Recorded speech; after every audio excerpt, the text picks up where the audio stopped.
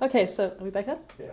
Okay, so we're back on. We were talking about you had just gone through hypnosis. Now, why did you have that hypnosis? What was the problem with that?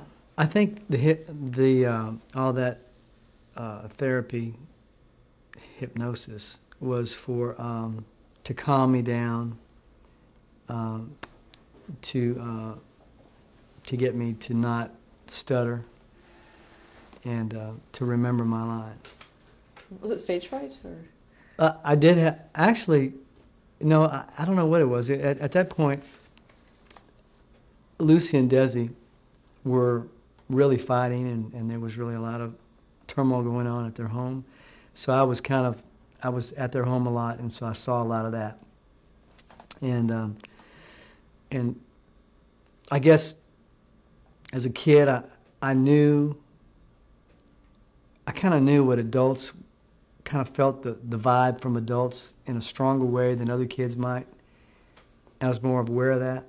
And so it may have made me a little nervous and a little on edge and kind of, rattled or whatever, to where I would forget my lines. And, my dad would say things like, you got to do good tonight, Keith, because, there's $250,000 going into this show, and all these people work, and all their jobs are, depending on the success of the show and all this. So it's all up to you, to keep things going for this big ship, Did you eventually get over it? Oh yeah, I did.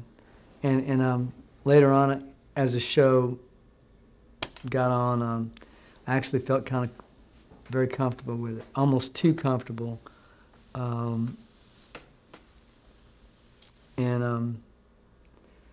began to actually enjoy it, which is kind of, that's not good for me to enjoy things like that. And the reason I say that is because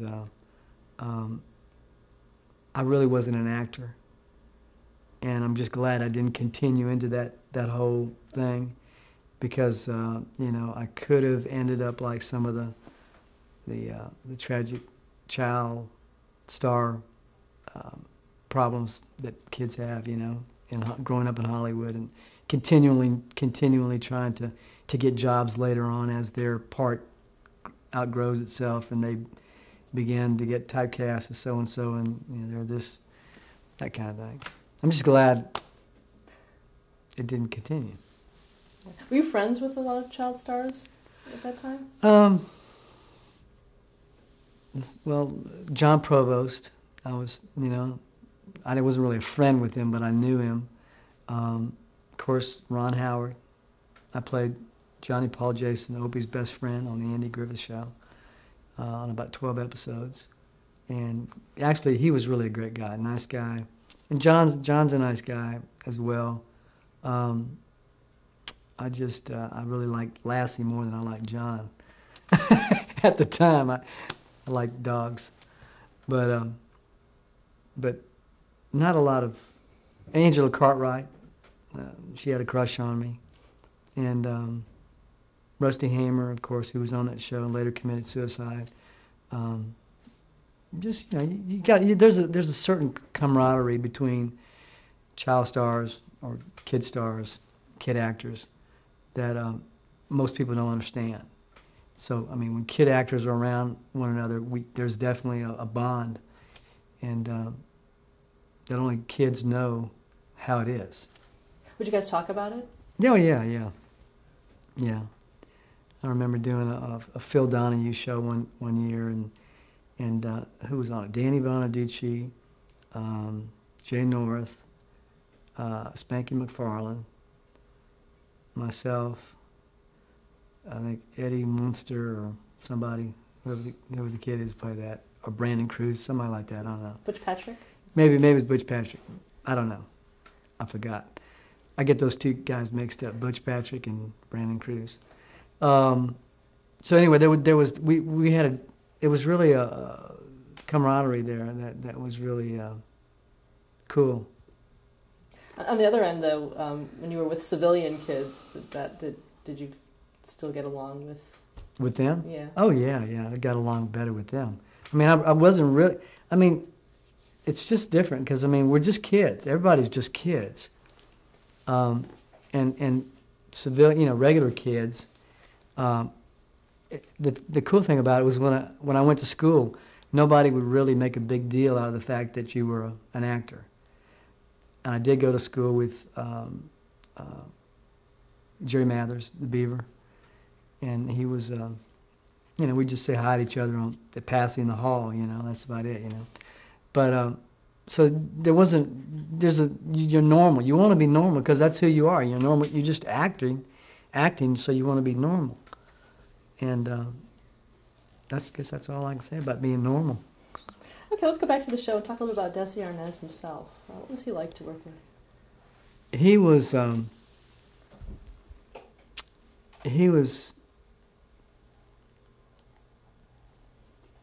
see, Desi, he was very, well, if he was a genius of sorts, you know. He had a knack for a way about him. You know, I guess it was that Latin way about him. He actually made me feel comfortable on the set, and there was a bond between us. We both were drummers. You know, we both came from. I came from a French Cajun family. He came from Cuba, and it was a little different story, but we had similarities there, you know. A little different than Lucy's side, where I wasn't as close to Lucy's to feel Lucy as I was to Desi. So in that way, he was, you know, of course he came up with the 3-camera angle. Everybody's talked about that. But there were he was kind of a visionary in that way, you know. And it's too bad because the alcohol really kind of cut his creativity off and his effectiveness off as a director or producer or whatever. I think it kind of tainted some things. And on set, though, how was he to work with? He was nice. I mean, he was very nice. And if he was drinking, he could get a little testy with people. But he was always nice to me. And he was always very well respectful of me, almost. You know, if you want to say another word, but never said, and for that matter, Lucy and Desi were like that. Never said an unkind word to me. They just they took me in as part of the family, and I became part of the inside of who they were, and kind of in the know about who they were, and sort of, you know, keep their secrets and that kind of thing, you know. Yeah. Were you careful about that? Yeah, I was. Yeah, pretty much. You know, there was a lot of things riding on that, my dad's job and other things. But I mean, there wasn't any reason to say anything to anybody about. But it was just a, you know, like a family thing. It wasn't anything, you know, horrendous or anything. And William Frawley, talk a little about him. Bill was just kind of like his character. He was just kind of a rough, gruff kind of guy, but good heart, you know. And he was nice to me again. He was, I mean, I can't tell you any horror stories about him or anything. Just kind of a nice guy, and did his part. Was a professional, and you know, he and Viv had a little bit of, there was a little tension between them, you know. As I could feel a little bit of that behind stage as we were getting ready to go on or something like that, and we would be getting ready to jump into the scene, and you could feel, you know, a little sniping back and forth, you know. But it was grown-up stuff, you know, to me, you know, so it was like, whatever. Yeah. And Vivian Vance? Again, she was a consummate professional, and very much on a sort of a good friend with Lucy, and they understood one another and loved each other eventually. You know, toward the end, I know that Lucy really cared about her, and she very nice to me, and they all we just like a working relationship. Where was the soundstage located? Well, the first one was at Cahuenga Studios, and then it moved to Gower Studios, and which is the new Desilu Studios, which they had like Star Trek and My Three Sons and My Favorite Martian, Untouchables, and Star Trek, all that kind of stuff. And talk about, from an actor's perspective, standing on the stage. What would you see when you're on stage? I would see cameras. Mostly, I would just see lights and cameras, text, cables, and then in the distance there would be this audience up on bleachers. Okay. Do you know who was in the audience? Were you aware of the audience? Lucy's mother was at many of the shows, Dee Dee, and so she, you could hear her laugh a lot. You know, her laugh was kind of famous for that show. But my dad was in the audience. And how about when the show would first start? How was there an introduction done? Yeah, I think there was. And they would just, you know, come out, and, you know, we'd all just take a bow, you know, get introduced and go back in, you know, and say hi, and then start the show. And where were you when you weren't on stage? Where was I? I was in my dressing room. I had some school, 3 hours of school every day. Catherine Barton, who was my teacher, was also Ron Howard's teacher later on. And she was a great, nice woman, nice teacher. And during when the show was being shot, what were you doing off stage? Were you in your dressing room? Well, in my dressing room, or I'd go with my teacher, and we'd go to the commissary and have a milk or something, and a hamburger or something. And there was Dick Van Dyke or something sitting in a booth over here with Mary Tyler Moore or whatever, and just drinking, yeah, drinking a little milk, a little buttermilk. Were you able to play at the studio? No, not much. I mean, my teacher would take me out, and my whole, the gist of what I'd be playing was looking, you know, seeing a little chameleon walking on a plant or something in some little nice foliage area of the studio. That was about it. Later on, I played catch, you know, with Ron, and we'd fool around, you know, as kids, you know. Whenever I had kids on the set, it enabled me to have a little bit more fun, but on the Lucy show, I Love Lucy show, there wasn't many kids that I could really play with. I mean, there wasn't much of that going on. Later on the hour shows, there was some young girls who did who were my dancers for the Maurice Chevalier show, and we had fun, and you know but there wasn't much really, you know, no playmates on the set. Going back to when you were actually performing, how were you directed in a scene? In what way?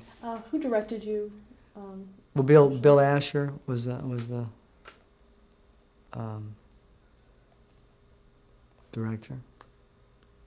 Now, name me some other directors. You mentioned Jay Sandrich. Well, Jay was the assistant director, so he was the assistant director. It was Jim Kern. Jim Kern. Trying to think whether Jimmy Kern was I can't even remember. That's terrible. Whether he was the director or Bill Asher. I know Desi directed a lot of the later shows. I have to find that out. And were you conscious of the cameras? Did you know when you had to look at, for your marks and where to look? Were you? Yeah, you had to always be conscious of where your little marks were, and you weren't supposed to look directly into the camera, like that camera right there. But it was just, they just said look over the camera if you're gonna look, but don't look out there really. If you're gonna look over them. And how closely did you have to follow your lines? Very close. There was no real ad-libbing. I mean, Desi maybe did some ad-libbing, and but most of the lines we kind of stuck to them. I did for sure. Okay. Let's talk about some of the specific episodes that you were in. Okay. I'll name off the title, but if you need a little more clue, I can give you. Lucy and Bob Hope was your first episode. Yeah, that was my first one. That was one of my favorites as far as the little Ricky character, because I think that was more of me in that episode than any other episode. I mean, as far as my true acting ability. In what way? Well, I think it was more normal acting, and then I think that, and I may be completely wrong, but I think that I was tailored to be more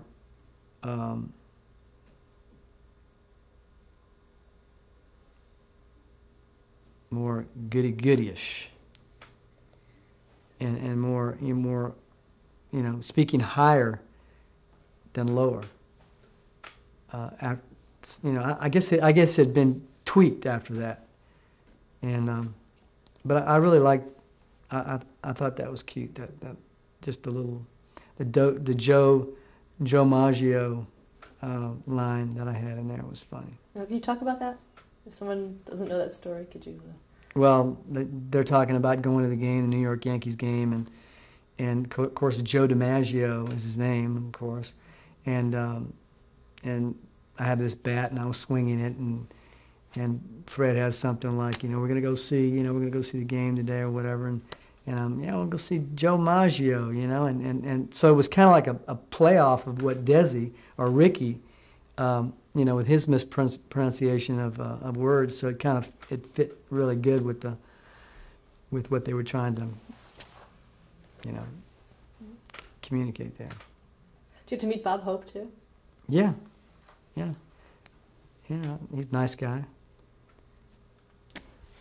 The next one is Little Ricky Learns to Play the Drums. Was that that was a funny one. That's where I just go duh, the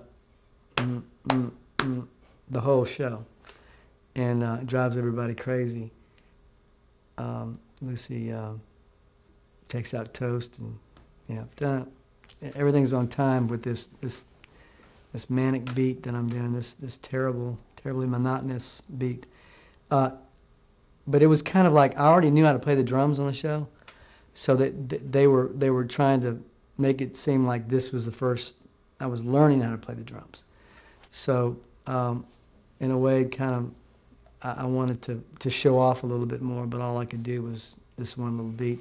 And then the rest of the show was taken over by Desi's orchestra drummer, who did the beat, so I wouldn't have to do it. He was my stand-in drummer, offset. That wasn't me playing the whole time. Deep sea fishing. Well, that was really a sort of interesting thing, because the set was transformed. I couldn't believe the set was transformed into like the water. They had a yacht in this right on the set in the studio, and all this water and this boat, and I mean, it was like, how did they do that? Just how did they dig up the whole studio and make this happen? So that was kind of neat. That was really, really neat. And then who was the Claude? Who was the actor? Claude Akins. Claude Akins, yeah, he was a nice guy, a very nice guy, big old huge man, and That was fun. I liked the fish too. That was really cool. The big fish. The Ricardos visit Cuba.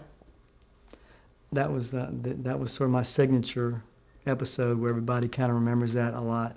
The Babalu episode, and it's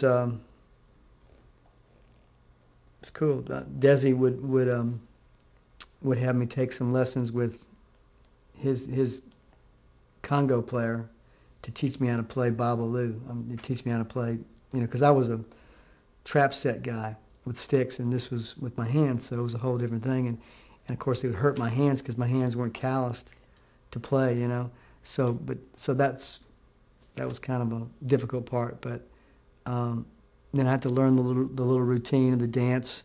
We had to do a little dance up, dance back, and then echoing Desi's Babalu and all that.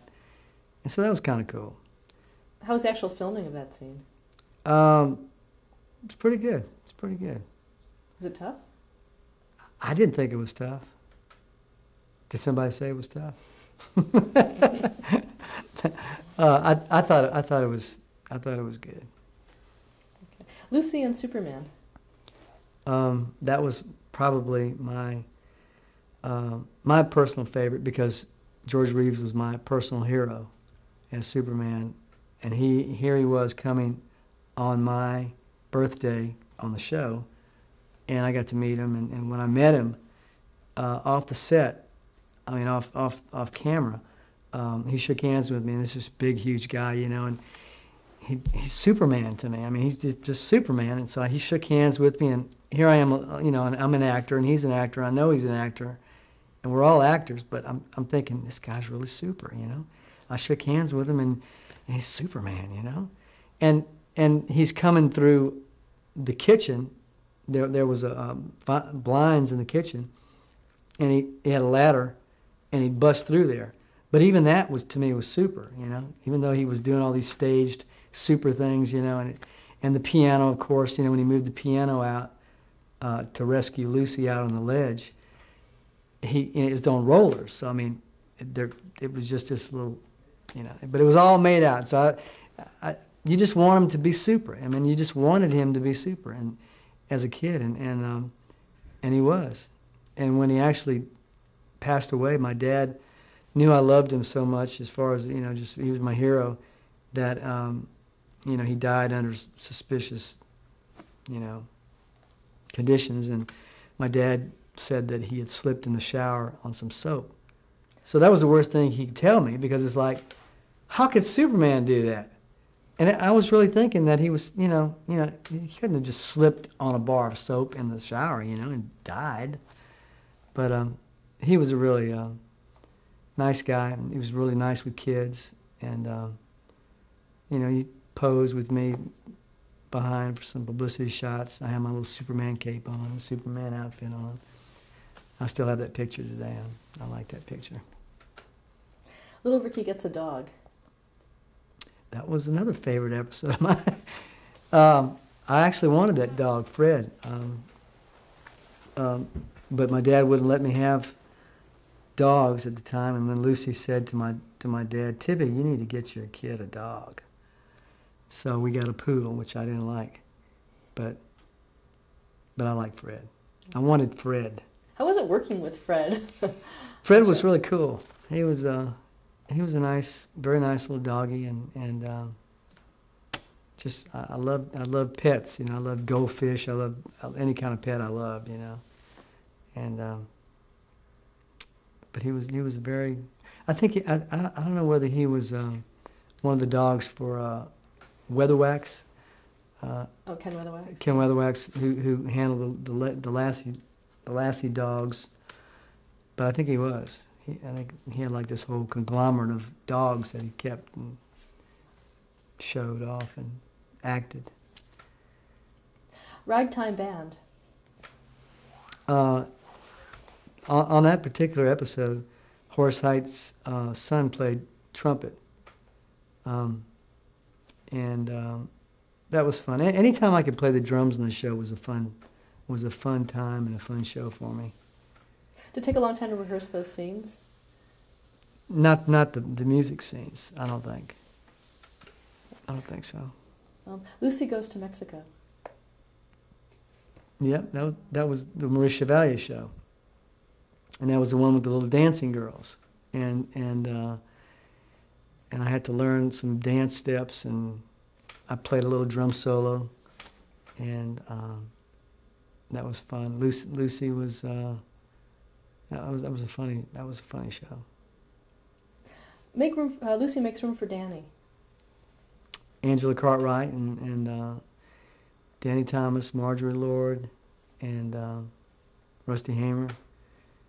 That was funny. That was the Gail Gordon episode, and that was hilarious back then when we first watched it. It was just hilarious. The court scene, you know, and just going through all that. And what made it so funny? Huh? What made it so funny? Just the action, the energy between Lucy and Gail Gordon. Just that, you know, the way Gail Gordon handled Lucy in that scene was very, and the way, you know, the laryngitis, and she was doing all these charades and stuff, and it was hilarious. So it wasn't surprising to you when they went on to co-star on No, subsequent Lucy shows? No, it really wasn't. No, because she really admired him a lot, and they just had a connection. Lucy Meets the Mustache. That was the last episode, and that was probably one of the, and the whole episode was about me.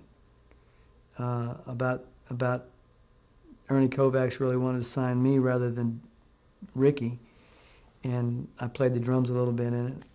And that's really when I was the most comfortable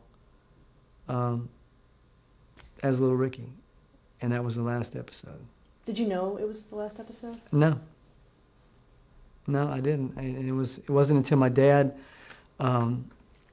drove me home that one night and said that the show was, they decided the show can't go on anymore, and it's going to be the last episode, and Lucy and Desi were going to be divorced. And of course I knew that part of it because Desi Jr. had called me up and told me all that.